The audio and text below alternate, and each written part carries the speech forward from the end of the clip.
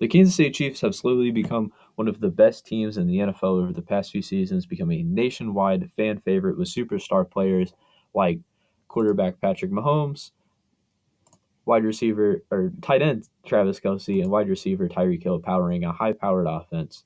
But how far will the Chiefs go in 2022? This is your 2022-2023 Chiefs season preview. Now, obviously, I'm joined by my good friend, Chase Portland. Chase, say hi. What's up? So we're going to start with the big news of the offseason, the big transaction, the Tyreek Hill trade. Now, Chase, do you want to give us what exactly the Tyreek Hill trade was? What all pieces got moved exactly? All right. If you haven't been living under a rock, Tyreek Hill was dealt to the Miami Dolphins for five pick selections, including a first rounder from 2022, a second rounder for 2022, fourth rounder for 2022, a fourth and a sixth for 2023. But the 2023 draft has already gone by, so the Chiefs have already used three of those picks. The Dolphins also had to pay, what was it, 4 or 5 years for like 120 million. Yes, something like that. A lot, a All lot, right. a lot of cash. Yeah, As good the as highest Tyreek paid Hill receiver in the is, NFL. I don't know if he's worth that money. Like that's quarterback money. At the end of the day, and let's take a look at what the Chiefs have done to replace him. Because obviously, you get rid of a player like Tyreek, one of the top players in the NFL. You've got to do a lot to replace him. So to really make up for it, and I don't know if they've certainly made up for it. But they've brought in a guy like Juju Smith Schuster from the Steelers. Chase, do you have any thoughts on him? Juju, he's not really uh, a replacement for Tyreek Hill. He's more of a just another body who Mahomes. He's a bigger body than Tyreek Hill. He's not really the same size. He's not nearly as fast as Tyreek Hill, but he also doesn't have the same amount of production because last year in Pittsburgh, through five. To be fair, this is only through 5 games. Racked in 15 catches for only 129 yards and zero touchdowns last year. But in his last full season, 2020, 16 games, had 97 receptions, 831 yards, nine touchdowns. It's not really the signs for a true number one receiver, but it's not bad. Yeah, I What the agree. Chiefs are going with here, it doesn't. They don't have a true solidified number one wide receiver. They have a bunch of twos and threes. I mean, you start adding Is twos that and what? threes up, and all of a sudden you got one. No, I'm joking. But my thoughts on Juju.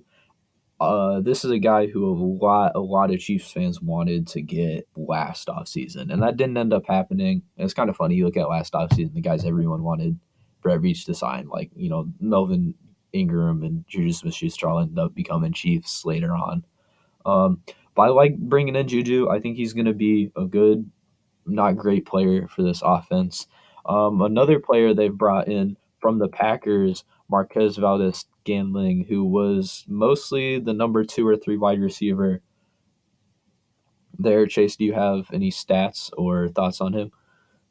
NVS, he is this specifically the deep ball threat for the Chiefs. He is their closest thing to Tyreek Hill. He's got good speed and he likes running the deep routes, but he's also taller than Tyreek Hill. But his numbers aren't that great. Through 11 games last year, this is with a back-to-back MVP, Aaron Rodgers, throwing the football. He only had 26 catches. To be fair, only had 55 targets, but only 430 yards and three touchdowns. So, not really the greatest thing you want to hear as a Chiefs fan. His best season in the NFL was only 690 yards, and that was 2020. Yeah, So, so another guy that you're looking at and you're thinking maybe a good two or three, um, not a guy you want to have as a one, and that's a theme for the Chiefs offense. Especially at the wide receiver position, there's no clear number one guy. Let's go ahead and take a look at another dude they brought in the draft. They went ahead and drafted Sky Moore out of Western Michigan in the second round. Not necessarily like one of the top five or so. Not obviously not a first round pick with guys like Chris Olave and Drake Drake London. London. But Sky Moore, he's been fantastic in training camp. Everywhere you look on Chiefs Twitter or just people that are attending Chiefs training camp, there's just videos of Sky Moore. Everyone is in awe with this dude. And I think he's going to be a real piece to the offense. Once again, he's a rookie. So you definitely can't expect him to come in and be a number one option right away. But he's definitely going to be a solid player for this Chiefs team. Now, another player that the Chiefs have is Mecole Hardman, who has a chance to take a big step this year with the absence of Tyreek Hill, and we'll see. Hopefully, he's not just a gadget player again like he's been in the past. Hopefully, he can actually take that step. But this is going to be a career-defining year.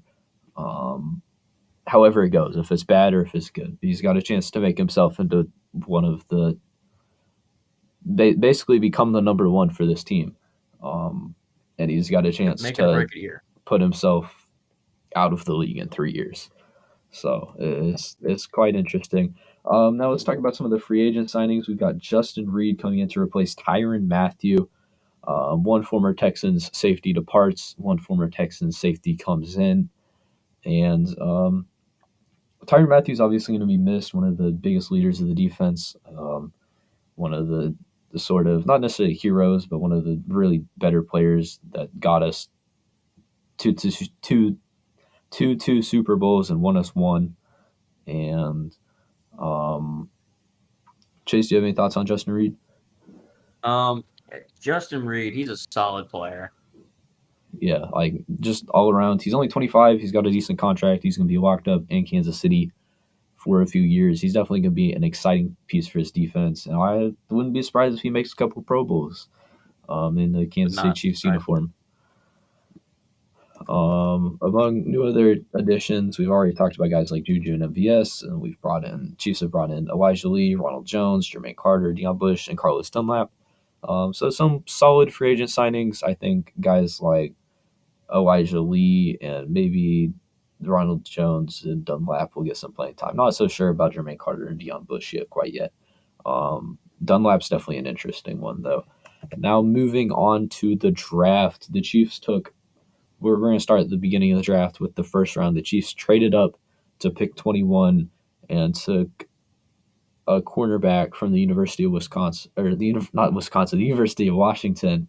That last time the Chiefs took a cornerback from the University of Washington, he turned into a pretty solid NFL player.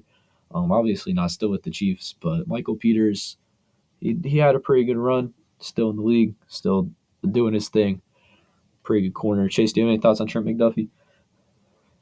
Yeah, but the only problem I have is with McDuffie. He does come from a very good school at producing corners, which is Washington. I don't like his size. He's kind of a small corner, which kind of scares me when he's in a division with guys like Mike Williams and Devontae Adams, taller receivers. He might have trouble with those taller guys, but he's a good athlete and he might be able to stick around. We don't know. He's still a rookie. He's still quite raw for a prospect, so we just need to see him hit the field. Yeah, I agree. It's definitely going to be interesting to see how he turns out. He could definitely come in and put himself up there with Snead as, the 1 and 2 guys. But he could definitely also come in and end up being behind Fenton and maybe behind someone else in that room and be like the fourth guy with the cornerbacks and not really see a whole ton of playing time. So it's going to be interesting. Steve Spagnuolo, you're going to notice a theme with some of these draft picks, but Steve Spagnuolo does not like to give young defensive rookies playing time at all. We saw that with Willie Gay in his first year, and he ended up starting to make a difference towards the end, and especially last year. But that's not a thing Steve Spagnuolo likes to do at all, is give rookies playing time, especially or just young guys in general. Next up, we got George Karlaftis from the University of Purdue. Was definitely one of the guys. Not necessarily by the time the draft rolled around, his value dropped a little bit, but especially towards like the beginning of the college season, was one of the guys towards the top of mock drafts, and he ended up falling to the Chiefs at 30. Chase, what do you think about the young Greek freak, as he's been dubbed, stealing Young Greek Giannis's freak. nickname? Just flat out, the Chiefs needed an edge rusher. Frank Clark, we paid him a bunch of money, Absolutely. and he's just not flat. He's been flat out terrible for 20 mil a year, I think. This is a little bit more than that.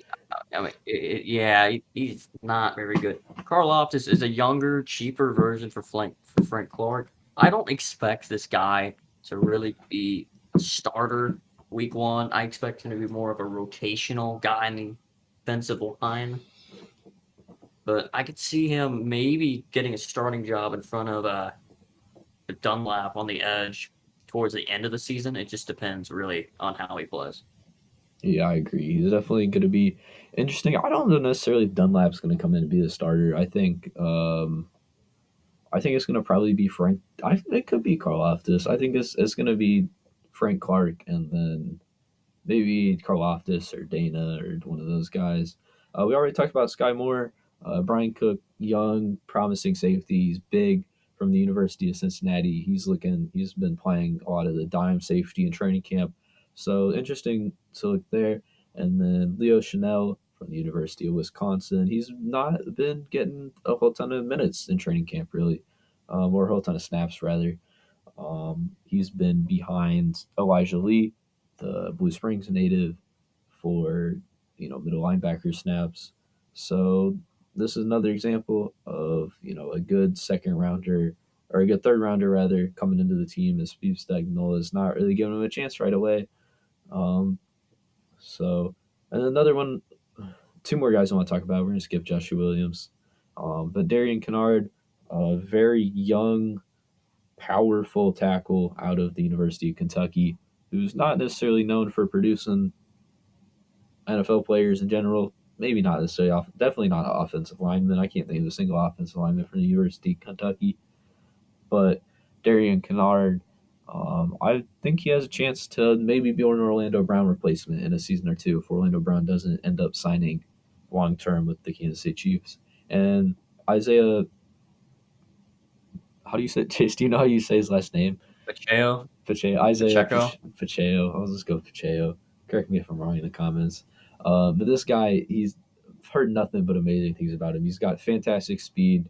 Um, I've seen him get compared with Jonathan Taylor. Now, I don't think that's fair, but he'll definitely be on the 53-man roster, um, which maybe. I don't know. It's going to be hard to bring, five running backs in. You've got Clyde, who's obviously going to make it, Ronald Jones, Jared McKinnon, and then you got Derek Gore and Pacheco. So maybe he'll be a practice squad guy, but I've definitely heard nothing but great things. Um, I don't think the Chiefs will cut Derek Gore because he's got too much tape. He's gonna get signed by someone if they cut him. And we saw a thing with you know Ronald or with Clyde or with Carlos Hyde a few seasons ago where he got traded. Maybe we'll see that with Ronald Jones. Who knows? So now some of the big flaws of this team. Um, So I want to start with the lack of experience on defense. Chase, do you want to take it from there? Yeah, the problem is the Chiefs defense was a mess for about, I'd say, what do you say, Calvin? Like 9, 10 weeks last year? Yeah, pretty much It, until it was it was god awful. The the trade problem is, deadline when they brought in Melvin Ingram. yeah, That's when things really flipped but around. yeah, but thing is, I like some of the young guys on this team. Nick Bolton, very underrated linebacker, had over 100 plus tackles last season. But the thing is, it's just got a lot of young guys on the team who don't have that much experience. Nick Bolton is going into his second season. He's now taking over the role that Tyron Matthew had of being the play caller on defense. And then Willie Gay is going into his third season, another young guy. And then you also got guys who have been around in the league, but just aren't used to Spagnuolo's system, like Justin Reed, Dunlap, maybe. I don't know. It's just a lot of moving parts in the defense. A lot could go right, a lot could go wrong. Yeah, it's definitely not ideal when your defensive leaders are a third year and a second year guy, um, who really haven't been in the league a whole ton. And I mean, I don't know them, I've never met them, but I would assume as a second or third year guy, you don't necessarily have the leadership capabilities that some like a Tyrann Mathieu would have. Um, so that's a concern for sure. Another concern, I've got two more defensively. The lack of corner depth. You look at the corner depth chart, and it goes Sneed, and then Fenton or McDuffie. Those guys are two or three, or wherever you want to put them. And then there's just a toss up after that. You got guys that got drafted like Nizzy Johnson, just random dudes who've been around the league. There's really no cornerback depth, um, and no true edge rusher. What do you think about that, Chase? Yeah, we don't. Yeah, not really a threat of an edge rusher. Yeah, you got Frank Clark and Carlos Dunlap, That's Carl Loftus, like no guy who's really stepped up. And I have no a no lot of proven. I have quite a bit of belief in Frank Clark right now. He's coming to training camp. He says he's fixed his diet. He's cut out alcohol and red meat, and he seems he admitted basically that he played like not good last season at all, and he knows it. So I think it's interesting. It's a little bit character development, and we'll see how it ends up. I have a little bit of belief in him. Maybe he can bring back what he was in Seattle, but if not, there's a lot of holes right now. Because we don't know what Klaroff this is. He's a big question mark. Carlos Dunlap can be solid, but he's not going to be Cincinnati Carlos Dunlap. He was tearing it up. Um, and then just in general, a concern for this team. There's so many new faces. Um, so Chase, you want to talk about some of the new faces offensively? Um, yeah, we've already mentioned guys like Juju Smith-Schuster, MVS, Sky Moore, Yeah, like basically all the whole new receiving core. Which for a quarterback, it's going to take a couple weeks to get used to. You instead of going for the smaller guys, Tyreek 5'9", 5'10", Hardman's about the same size. Now he's got to get used. He's got much bigger targets. They aren't as fast as Tyreek Hill. That's the main thing. yeah, it's going to be interesting for sure to see how the offense adapts. That might be something to watch in preseason, especially like who's getting the targets, which of the new guys is stepping up, getting the catches really. Um, Now, if we want to talk about their record, I think we're each going to name a record high or a record low. Chase, do you want to go first? Yeah, we have this. The Chiefs have probably arguably a top five toughest schedule in the NFL for I like probably the third or fourth I consecutive think year. I mean, easily, it's not easily. hard to yeah easily. I mean, you got teams like the Cardinals. Sure, they are without DeAndre Hopkins due to PEDs for 6 games, but and then I mean they still got most of their team for week one, and you got the Chargers. Justin Herbert's insane, and then the Colts. I mean, I don't think the Colts are that great, I but mean, they're solid. you look at the schedule. There's maybe five teams that didn't make the 5 games against teams that didn't were below 500 last year, and that's like you look at it, and that's what Jaguars, Broncos, Texans, Seahawks, and Broncos again. There's 5 games against teams that were below 500. Yeah, That's and then and that's then absurd. and then you got teams like Tampa. I mean, they're still pretty good. Like, they just got Julio Jones. And Buffalo, they lost to Kansas City via coin flip. Basically, And then 13 you got the Super seconds. Bowl champs, and then the Bengals. Yeah, That's a definitely some great games to look forward to, that's especially even in the division. The Chargers. They've got a really solid young team, Justin Herbert, and their front office has been amazing. The Broncos, who have a really solid roster, bringing in Russell Wilson, and then the Raiders bringing in Devontae Adams. Like this division has been done nothing but get better. If there's going to be a division where all 4 teams make the playoffs, I think the AFC West is the best chance to do it. and you didn't mention all these teams added at least one elite edge rusher in the AFC West. Yes, exactly. The Chargers brought in, Khalil Mack. Who'd the Raiders bring in? Raiders Chandler Jones from the Oh Cardinals. yeah, yeah. The Raiders got Chandler Jones. Um, so really just strong. But Chase, do you have a And record? Do you have a hot? Actually, you can go ahead. all right, But to get my record high and low, this team I could see them. I really see them going on my high end. I see them going 12-5, probably the 2 or the 3 seed in the AFC. Probably the 3. On the low end, I don't see this team losing more than 7 games. The worst case scenario, they're going to go 10-7. Yeah. Which is still probably going to be a playoff team. If it's not, I mean, I don't know how they're not going to be. But my my prediction for wins and losses this year, we'll do 12-5. All right, so my high is going to be 13-4. I think there's just way too many just toss up games where I don't have a ton of confidence. I think they could go either way. Really, that's both the Chargers game, the Tampa Bay game, the Bills game, um, probably Broncos not at Arrowhead, the Rams game, Bills game. All those. There's just a lot of toss up games I'm not really sure about, and then there's a couple where I think they could maybe drop, maybe lose their focus a bit and lose. And that's, Raiders twice, Broncos again, Bengals, 49ers, Colts, and Titans. And it's going to be a rough season, is what I'm saying. It's a very, very tough schedule. So I've got 13-4, which is a little high. And then my low, my floor is I would not be shocked if this team went 9-8. If they start off the season dysfunctionally and they've got a really, really rough schedule heading into the bye week, I think they'd still make the playoffs at 9-8, and they could still definitely make a run. But it would not be pretty, is what I'm saying. Now, some players that I think are going to step up this year. We're going to start with Willie Gay on the defensive side of the ball. Going into his third year, he's been a promising defender. A couple interceptions, some sacks last year.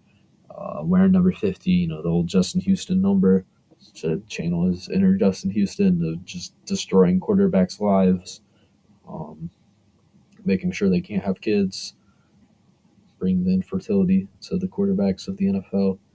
Um, so I think Willie Gay is definitely going to make a big step up. And the other one, we've already talked about him a bit. I have nothing but great things to say about Sky Moore. I think he's going to be a really, really good player in this league.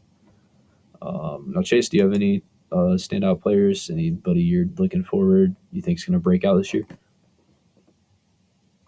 Yeah, I think Clyde Edwards-Helaire, who many people say it was a bad draft pick back in 2020 after the Chiefs Super Bowl. I really don't think it was that bad. Yeah, Sure, you've got guys like Jonathan Taylor that went after him, J.K. Dobbins, but Clyde was a luxury pick at that point in time. But he really hasn't had a full season due to his injury problems. I mean, the guy's on the field, he's actually pretty good. yeah, I agree. He can catch out of the backfield pretty good. He's a decent runner.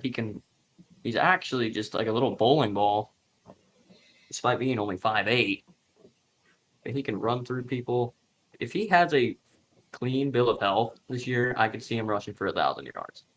Yeah. And then maybe a player you think might end up getting just a little worse, maybe regress a little.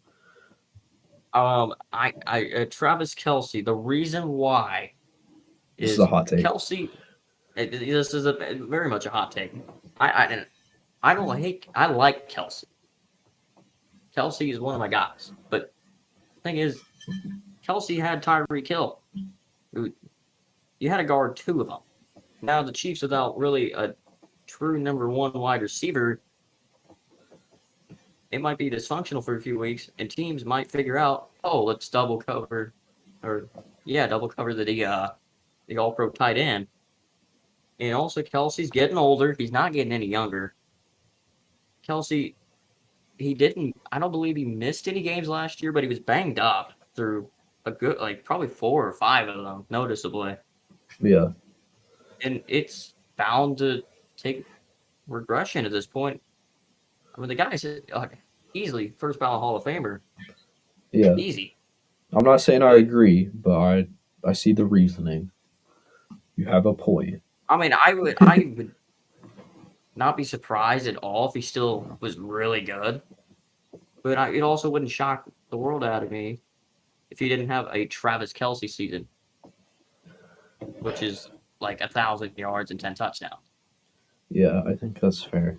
Well, that's going to go ahead and wrap up our 2022-2023 NFL Chiefs preview. If there's any other teams, all 32 teams are up here, I think. Yeah, that looks right. All 32 teams.